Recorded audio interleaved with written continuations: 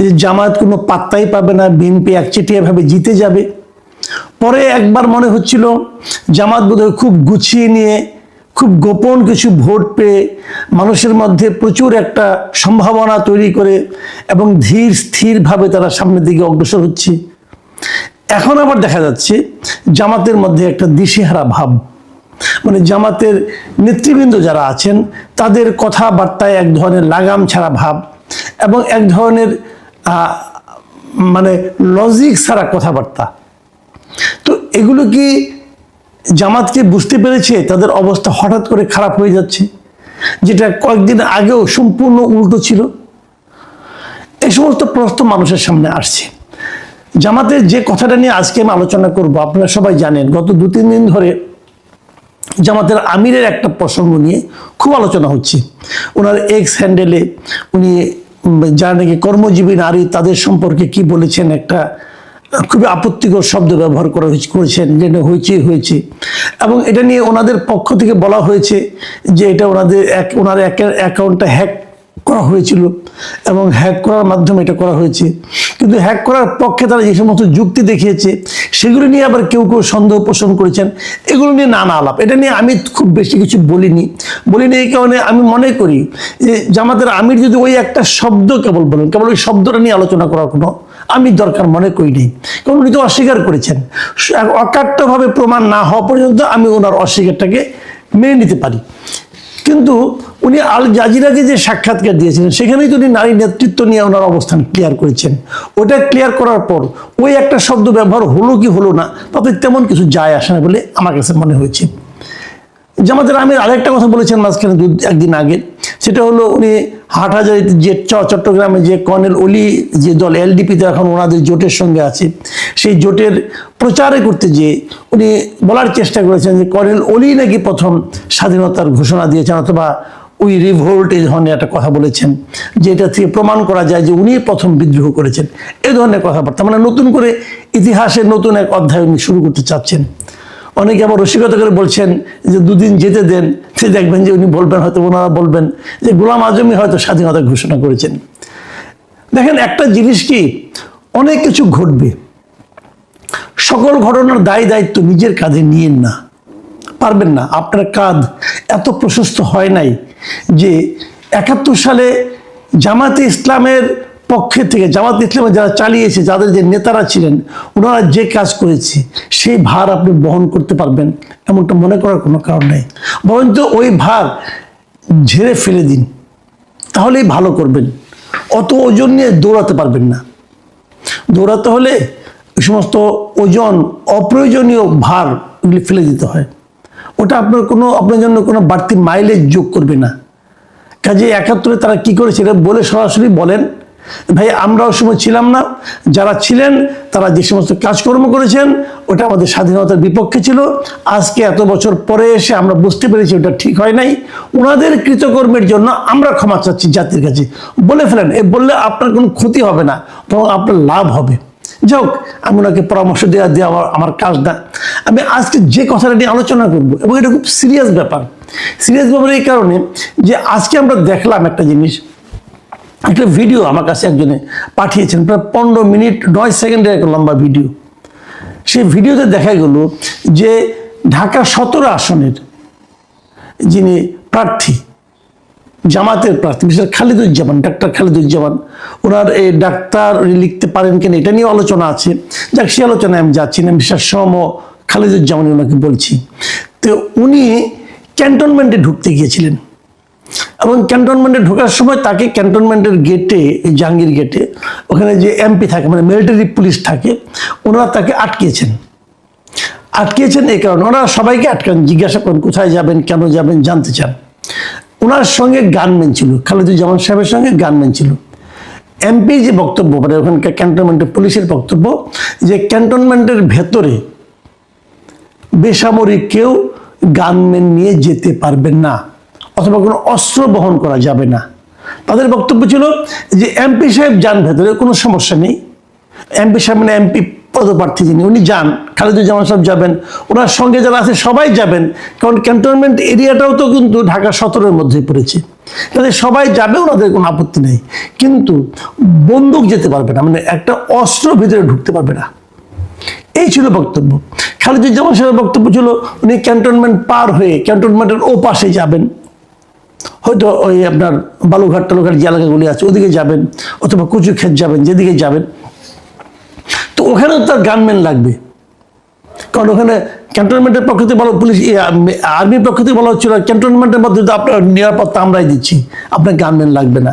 ওনার বক্তব্য বলো ওপারে গেলে তো আমার নিরাপত্তা প্রস্তুত, লোকজন তখন আমাকে মারতে পারে, তো তখন তো আমার গানম্যান লাগবে।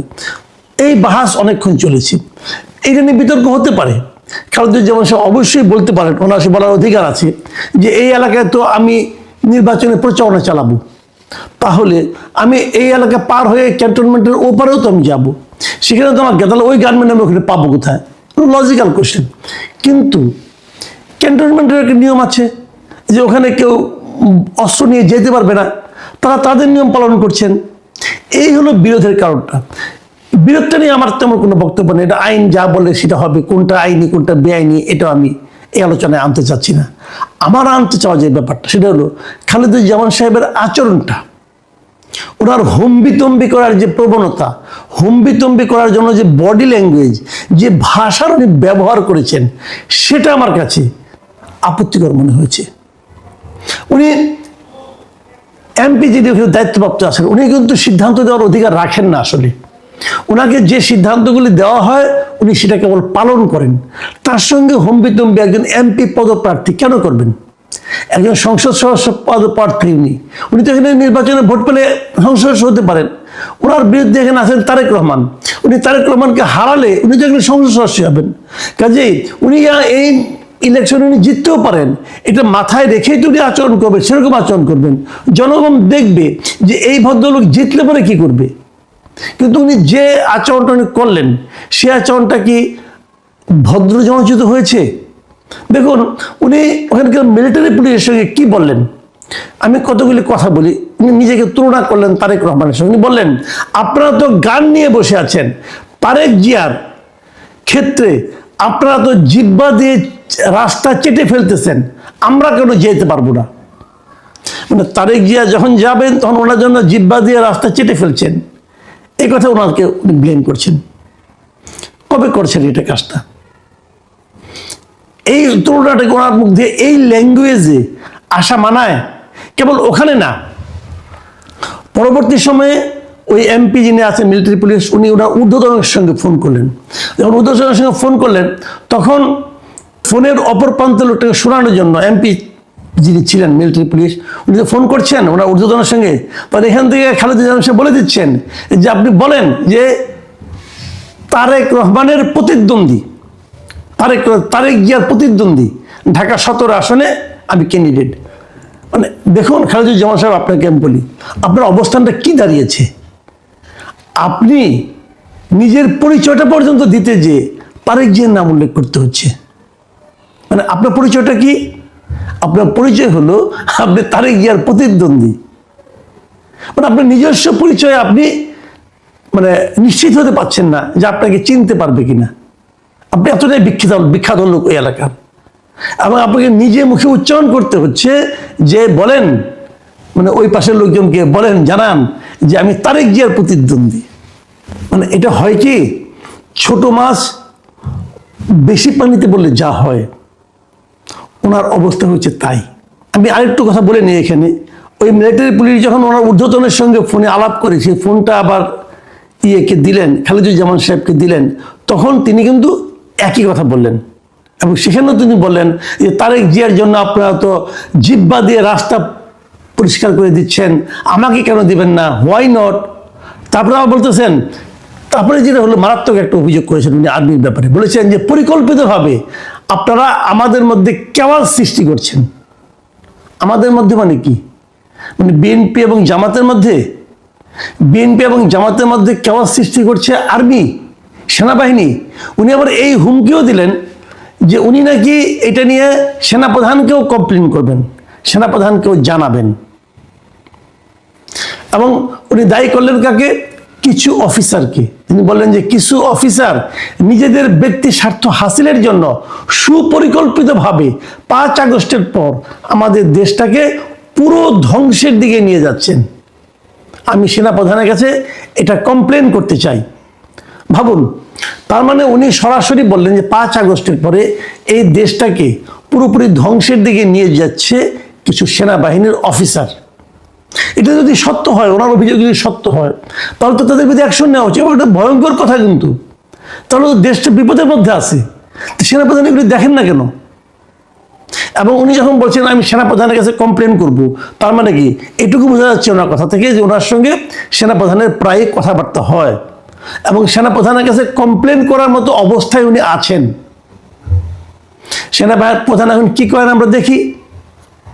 ওনার কমপ্লেন যদি সত্য, একজন এমপি ক্যান্ডিডেট, কিন্তু ওই এলাকার এমপি ক্যান্ডিডেট, তিনি যদি বলেন যে এই সেনাবাহিনী মানুষের মধ্যে একটা কেওয়াস সৃষ্টি করার জন্য কাজ করছে, কিছু অফিসার দেশটাকে ধ্বংসের দিকে নিয়ে যাচ্ছে, এই কথা যদি উনি বলেন এবং সেটা যদি সেনাপ্রধানকে উনি কমপ্লেন যেহেতু করতে চেয়েছেন, নিশ্চয়ই এতক্ষণে করে ফেলেছেন, আমি দেখতে চাই সেনাপ্রধান কি ব্যবস্থা নেন সেই কতিপয় অফিসারের বিরুদ্ধে, যে অফিসারগুলো সারা দেশটাকে ধ্বংসের মুখে ঠেলে দিচ্ছেন বলে এই আমাদের খালেদুজ্জামান সাহেব অভিযোগ করেছেন। খালেদুজ্জামান সাহেব আরেকটা কথা বলেছেন, যেটা বলে আমি আলোচনাটা শেষ করব।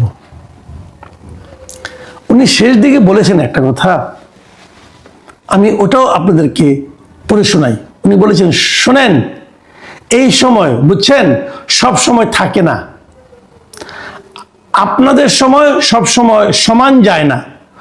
বহু বড় বড় অফিসাররা 5 আগস্টের পর পা ধরেছেন আমাদের কাছে গিয়ে, আমি কিছু বলিনি, আমরা এমন কুকুরের মতো পা চাটা হইনি।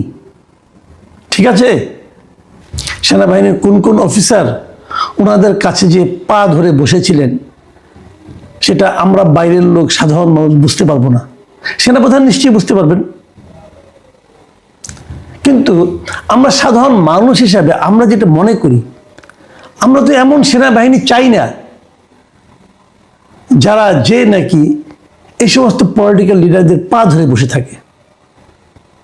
আমরা এমন মেরুদণ্ডহীন সেনাবাহিনী চাই না। উনি বলেছেন না কুকুরের মতো পা চাটা হয়নি, তার মানে ওনারা হননি, কিন্তু তাহলে সেনাবাহিনী হয়েছে।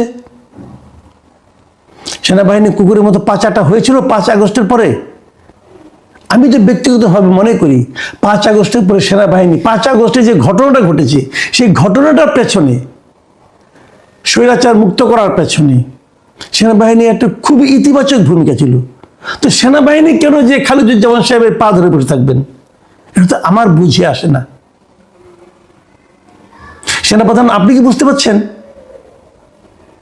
আপনার সেই উপলব্ধি এবং সেই উপলব্ধির প্রকাশ কি হয় সেটা জানার অপেক্ষায় থাকলাম। প্রিয় দর্শক, এখন এই পর্যন্ত।